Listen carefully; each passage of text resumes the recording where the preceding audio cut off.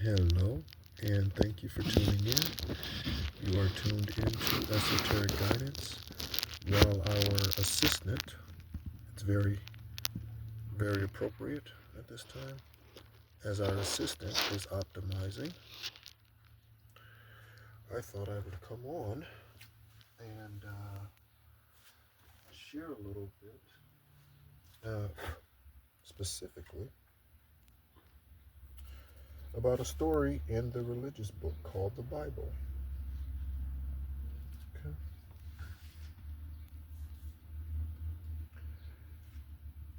And still a little cool outside. It's going to be a nice day, I think, though, as we are enjoying a little bit of rain today here in southern Arizona, which is rare.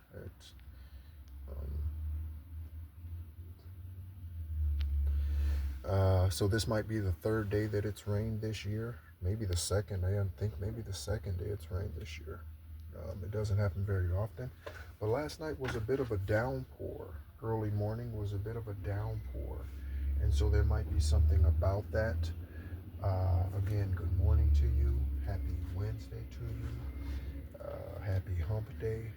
As I like to say, hopefully you are humping on no one, no one's humping on you, or you're only humping on your divine union or soulmate that you are meant to be with. Hopefully you are not humping on anyone else, or letting someone else hump on you, who you know is not for your good.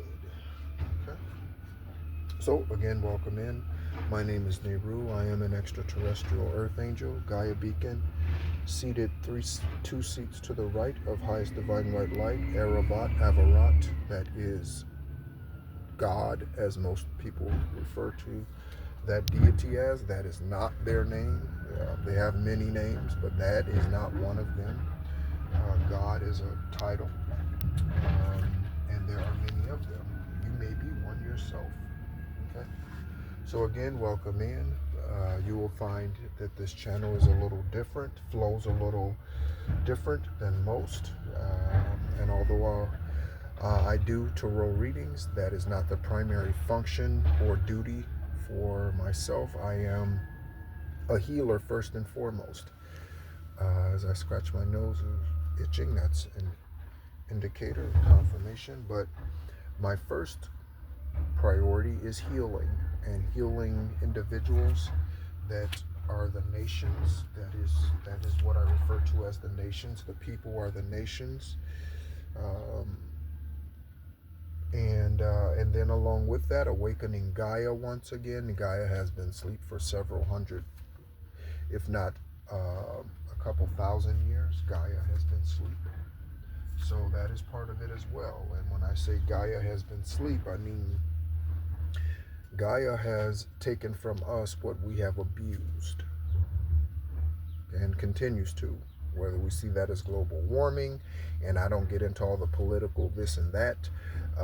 There's more than enough water on this planet, more than enough food being produced on this planet, more than enough to go around. Okay, the issue is the 1%. The issue is the elites. Okay, and not all of the elites are, not all the 1% are elites. When I speak of secret societies, the Vatican and Skull and Bones, other secret societies, both at Yale University and other places, Freemasons, Eastern Stars, all these other cults and dark entities that function in this space, they are the reason why distribution is not more equal. And I'm not saying that it should be. I do believe that there's a reason why first place gets the gold medal. I'm not one who believes in giving out trophies for participation. I don't believe in that. Okay? And because I don't believe in that, I probably would not make a very good youth coach, because everybody wants people to get. No, I don't believe in that. You want the celebration. You have to earn that. You don't get to celebrate as the winner when you are the loser in the event or something. Like, what is that? Okay. There is a reason why Satan, Lucifer, was ejected. Okay? There's a reason for that. Because there is a hierarchy, there is rankings, okay, and there is order. All right? So don't be trying to hand out trophies for participation to motherfuckers. Oh, I do use profanity if you're tuning in for the first time. That haven't earned it. Give credit where credit is due and don't where it's not. Okay? Again, I refer to eulogies. A minister will stand up there and they will proclaim somebody to be a good person, knowing they died of a drug overdose. She was a prostitute. Needle was in her arm when she was found. She was missing for 3 weeks, found her in a crack house. And he was a drug dealer, got shot when he was trying to do a drive-by himself. Like, don't lie about it. Tell the fucking truth. What's wrong with human beings? Okay? They're too busy doing. What's wrong with human beings? Why do they feel the need to lie? And then expound upon it. Okay? Optimizing their lie. Optimizing the lie. Why do humans insist on doing that? If any of you have any answers, I would like to hear them. Well, please feel free to comment. But yeah, why do humans insist on doing that? Okay? I don't know. Same thing with being politically correct. Why do people insist on doing that? Do you know it is better to not be politically correct than it is to be politically correct? It is better. Do you know that? But people are politically correct to hide things or to appease. Okay? And I don't know about you, but do you really believe that you were created to appease other people? Do you really think that's why you were birthed this lifetime and any other? Do you believe that you were birthed here to appease other people? That is incorrect. You are here to fulfill yourself. That's why you're here. And that is extremely selfish, but that is correct. You see, the problem with most, confirmation with that click, the confirmation, or the confirmation for most, okay? The issue with most that I've seen is that most people spend so much time living for another that they spend very few time in their years, lifetime to lifetime, living for themselves. Okay? Very few people. Most people plan their life and their day around someone else's life and day when it's avoidable. Now, I'm not talking about an infant child that you have to care for or an adolescent or anything like that. No, I'm talking about you not relocating because of a parent. You not doing something, pursuing what you desire. Again, I always like to use the example of being a doctor or an attorney, because that seems very highfalutin and pays well and all of that sort of thing, right? The American dream, right? Versus someone who wants to, or compared to someone who wants to be a musician, okay? They've been blessed with the gift of music, musical talents, whether singing, instrumental, or what have you, right? Their parents pursue or push them to pursue the attorney doctor route. But in their heart, they really want to be the next Van Halen. But guess what? They're living for their parents because their parents are trying to live vicariously through them. So, they go to school, 6 figures into debt when they leave school, and they're a doctor. First 10 years out of school, spent paying back the debt. Yeah. And they're unfulfilled for the next 30 years. Okay? Paint it black, collector. Paint it black. Okay. Right. So, what I want to do, let me zoom out. zoom out a little bit. Maybe is that what the issue is? Yep, there we go. Okay. So what I would like to do, and again, I apologize for the cattywampus way that this is set up.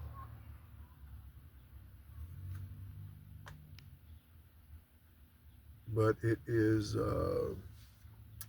yeah, me working with what I have at the time, right? So what I would like to do is I would like to discuss Genesis chapter 38. Okay, so let's, Alexa, YouTube, let's go to Here's Genesis YouTube. chapter 8.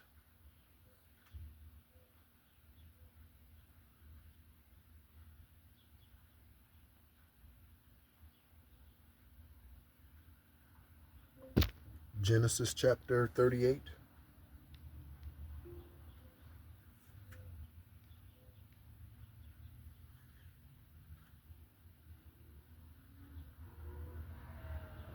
Okay. And I'll read it from the NIV, if I can find that.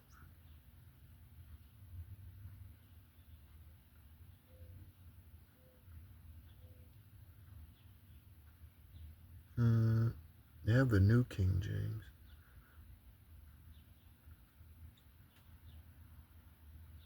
Oh, there's the NIV. Okay.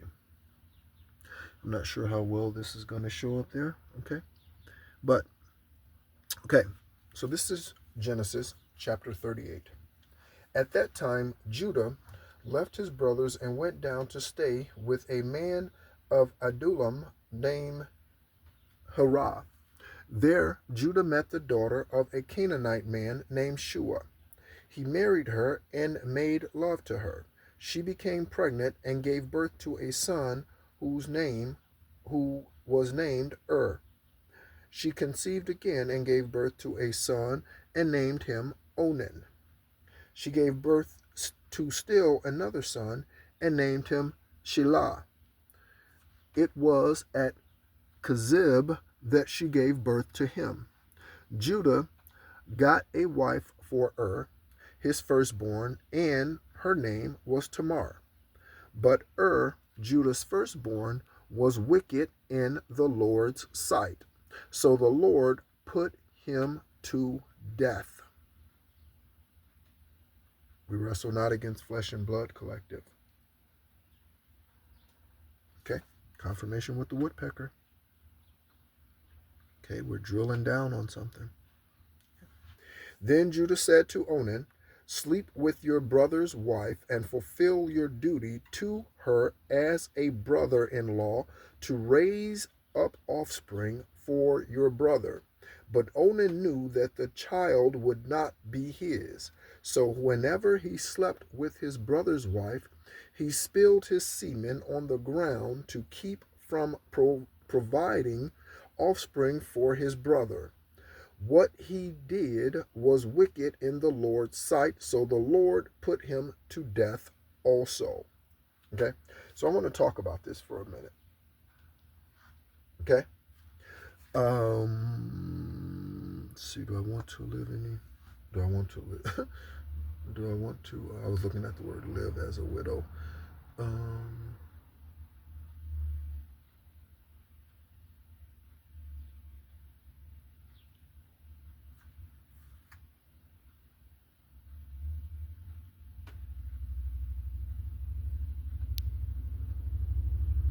Okay, so I'm going to keep reading this, I think, actually. I thought that's where I was going to stop, but I think I'm going to keep reading this.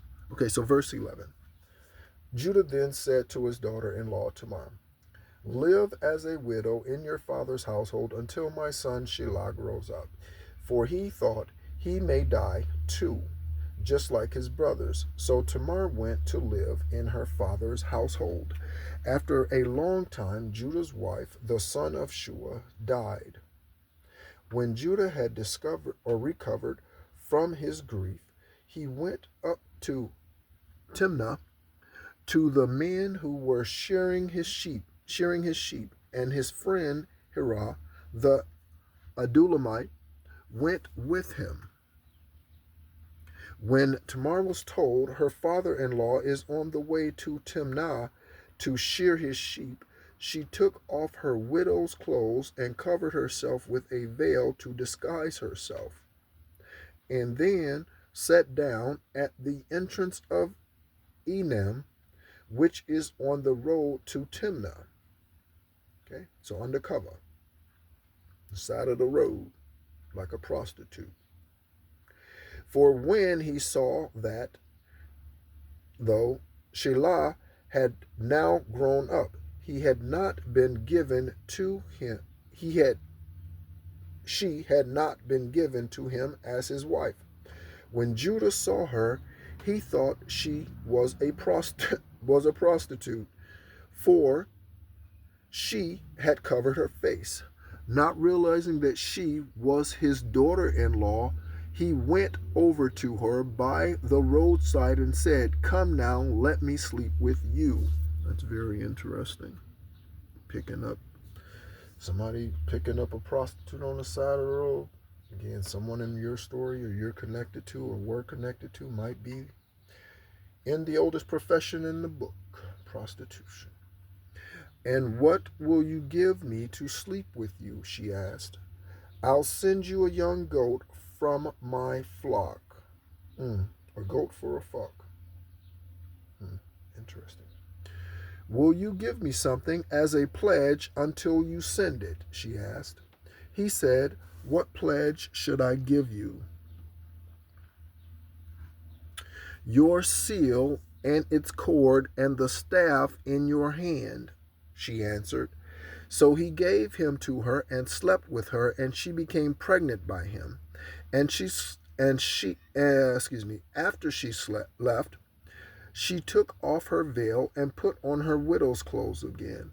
Meanwhile, Judah sent the young goat by his friend the Abdullamite in order to get his pledge back from the woman. But he did not find her, and he asked men who lived there, "Where is the shrine prostitute who was beside the road at Onan?" Okay. I just saw someone whose name is Corey. Corey might be significant for your journey. "There hasn't been any shrine prostitute here," they said. So he went back to Judah and said, "I didn't find her." Beside, the men who lived there said, "There hasn't been any shrine prostitute here." Then Judah said, "Let her keep what she has, and we will become a laughing stock. After all, I did send her this young goat, but you did not find her." And 3 months later, Judah was told, your daughter-in-law Tamar is guilty of prostitution, and as a result, she is now pregnant. Judah said, "Bring her out and have her burned to death." And she was being brought out. She sent a message to her father-in-law, "I am pregnant by the man who owns these." Okay, who owns these things, these items, okay, this rope, this pledge, okay. She said, and she added, "See if you recognize those seal and cord and staff these are." Judah recognized them and said, "She is more righteous than I, since I wouldn't give her to my son Shelah." And he did not sleep with her again. And when the time came for her to give birth, there were twin boys. Okay, so something significant about twins in her womb. And she was giving birth. One of them put out his hand, so to the midwife took a scarlet thread and tied it on his wrist and said, "This one came out first." But when he drew back his hand, his brother came out. Okay? And she said, "So this is how you have broken out." And he was named Perez. Okay? Then his brother, who had the scarlet thread on his wrist, came out, and he was named Zerah. Okay? So again, initials or actual names, any of that may resonate with you directly. So specifically what I want to talk about at this time is, why did divine source destroy a man for spilling his seed on the ground? Okay? So the first thing we have to consider is the traditions of the time. Okay? Same thing with polygamy. Most High never allowed it. Okay? Or excuse me, Most High never condoned it. Okay? It was allowed for a time for population sake. Okay? Let's take the Noah and the Ark, for example. If all the population's wiped out except for 6 to 8 people, how do you repopulate? And you are given strict orders by divine source, the creator. What do you, I mean, yeah. Something has, unless divine source starts creating men and women as he did in the beginning again from the dirt and from ribs of man, okay, of the male gender, what else are you going to do, right? Okay? And again, I don't like that either, but I think there was I don't know, I would have much rather have gone the recreation route, my personal self. But hey, right? I'm the second seat to the right. I'm not the seat. Okay? I'm not the Godhead. Right? So anyway, so certain things were allowed, so we have to consider traditions of the time. Okay? We have to consider that. The other thing we have to consider is what divine allowed, whatever the instructions were at that time regarding seed, regarding women who are widows, regarding widowers, whatever the rule, whatever spiritual sanctions or whatever was in place at that time. Okay? Whatever was in place at that time. There are some things that were allowed for a time and period because of the time and period, and there are some things that have never been allowed for in any time and period, no matter the time and period. Okay? So homosexuality and same-sex marriages and changing genders and all of that sort of thing, that's never been allowed. That's never been the doorway. That's never been the golden gate. Okay? That's never been. Right? So Most High gets upset because this gentleman spills the seed. Okay? When he's supposed to be committed to this woman. Okay? The other thing we have to look at is his commitment to this woman. Okay? So even though he did not want to, again, he may have had a spiritual obligation because of the times and seasons. Okay? When we look at scripture, especially in the Bible, again, because that's a lot of the program, because a lot of it is religious and with sprinkles of spirituality here and there. Okay? We have to take a look at this and see this and take into consideration, again, the times and the seasons. So when you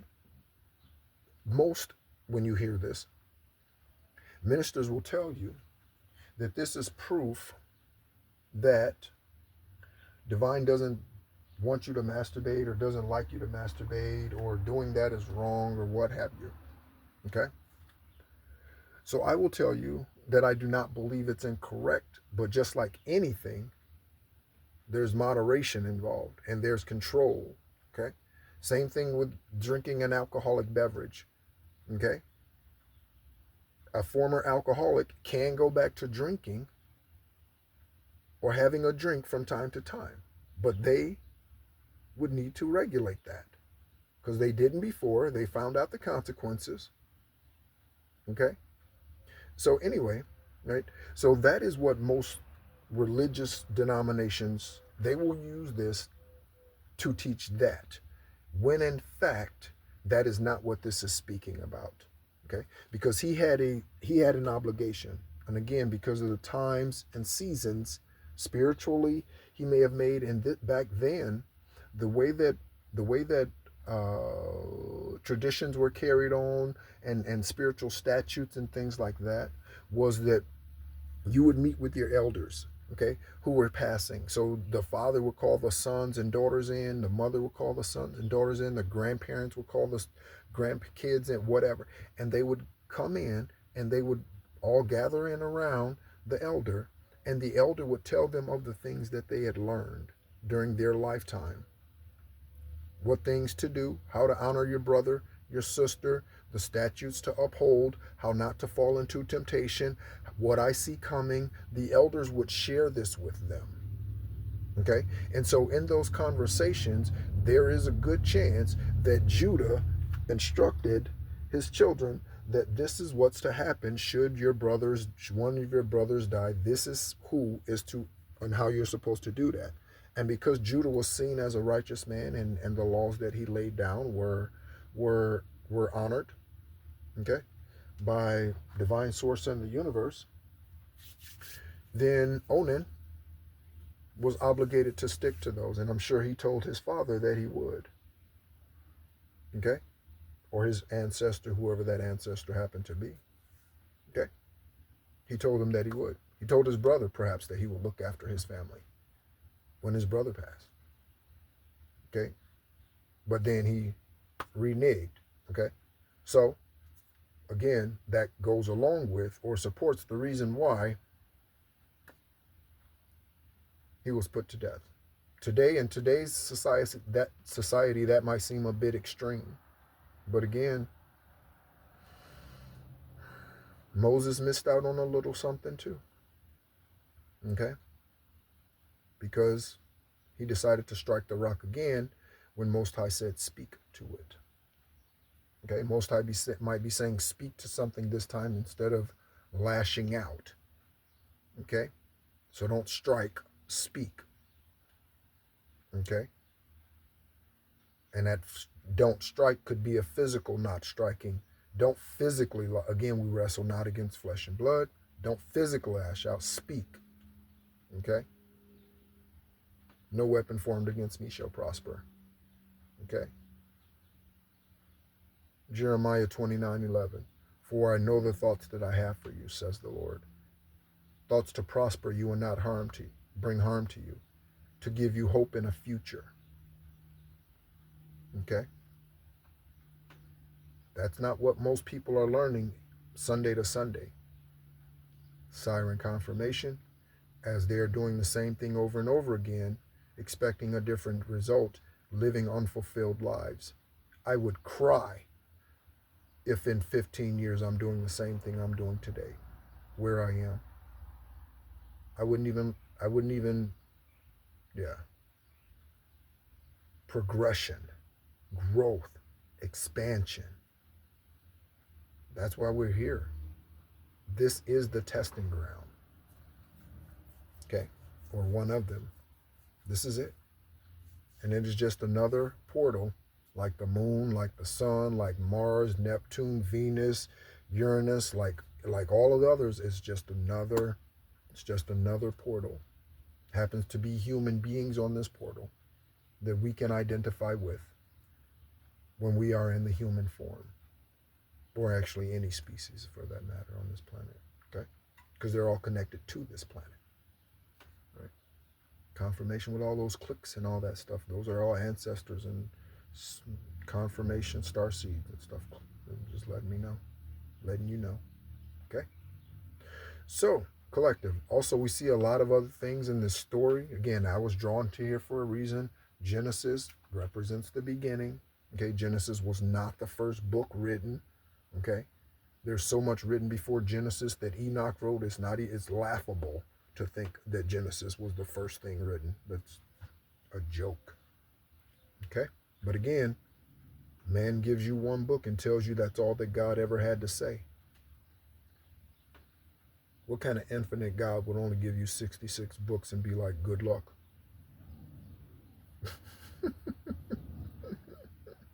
Don't you think there's far more than that too? to read and to expound upon even beyond this, don't you think that's available? Of course there is. Of course there is. Even this book tells us that it could not contain even the miracles that Yeshua did, Issa did on this earth. People call that being Jesus. That's not their name. Okay? Tells us that. And that's just one being. There are 7-point-something billion people on this planet right now. Imagine what's happening right now or what has happened through other lifetimes here. 66 books. It's comical when you think about it, isn't it? Isn't it? Confirmation with you hear all that flyover, all that activity going on, all that. You hear all that? Okay? Imagine that. A divine being who is the Alpha and the Omega, who always was and always will be, gives you instruction. Ooh, I'm getting some strong Malcolm X right now. I'm getting some strong Malcolm right now. Imagine this. You serve a God, head, who can do all these wonderful things for you, who has shown you all these beautiful things, can cause a flower to grow through concrete, all these amazing things, and they only gave you one book. Do you believe that? How silly does that sound? Enoch is mentioned in this book. Confirmation, ancestors, thank you very much. So, if Enoch is in this book, okay, and it says Enoch wrote, where is that?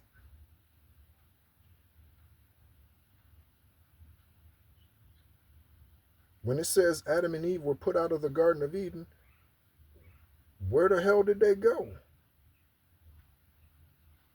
Where did they go? And how many years after the garden did they live? They lived hundreds of years after the garden. Well, where the fuck were they at? You have to go beyond this book. You have to read the Cave of Treasures that covers Adam and Eve's time after the Garden of Eden, when the cherubim of swords was placed in front of the garden and they were exiled to a cave in the east. You have to go beyond this. Okay? That text is available on this channel. Go to the playlist and you can find that one. Okay? Imagine that. In Almighty God, who said here's 66 books. Here's 45 books. Here's one book that contains all of that I want you to know. Imagine that. All that there's to know about spirituality, all of the rituals that you can do to enhance your life, to ascend, to open up your energy chakras and your auras and to vibrate higher. Imagine that. This right here, this book, Genesis to Revelation, confirmation. You have to search for the places and spaces within this book that points out energy transfers and alchemy things. Okay? Water to wine is an alchemy. Okay? Yeshua, Issa, is the greatest known alchemist of all time. But they won't say it like that. They will tell you that he's the Son of God and no one can do what he did. Well, why the fuck was he here then? To show us how to do that. Okay, so where is all that information? Oh, it's not in the book of the Bible. It's not. And if it is, it's so convoluted that it makes it difficult to see clearly. Okay? That's a thick veil, that Bible. A thick veil. More like a wall. A cement wall. Okay? So, again, today I'm just in a very sharing, very explorative, conversational dialogable. Okay, also someone's probably diabolical. Dialogable, dialogable, whatever. Energy. Okay? All right? So anything in this story collective or this chapter here may resonate with you. You also may resonate with the number 11, okay, 83 or 38. Okay, you may be at the beginning of something new. Again, as a reminder for us, and I'm not an astrologer or astronomer or any of that. I carry no earthly designations. I am who I am, and I am that by spiritual designation and divine designation. I'm not. Yeah. Someone asked me something. Well, where's your proof? I have medical proof of healings. Okay. Okay. I have picture proof of me being extraterrestrial. Okay. I have picture proof. Okay. So, yeah. Right. Someone might be doing laundry. I just randomly sat here while I was talking and folded a shirt. So thank you so much as always for tuning in, collective. Again, my name is Nehru. I am here to help raise the vibration of the planet and the individuals upon it. Okay. My goal, my sights are set on that and healing through unconditional love. That unconditional love has boundaries, and those boundaries are pretty significant. Okay? I hope yours are, or yours are becoming. All right? As always, be encouraged, and thank you so much for tuning in.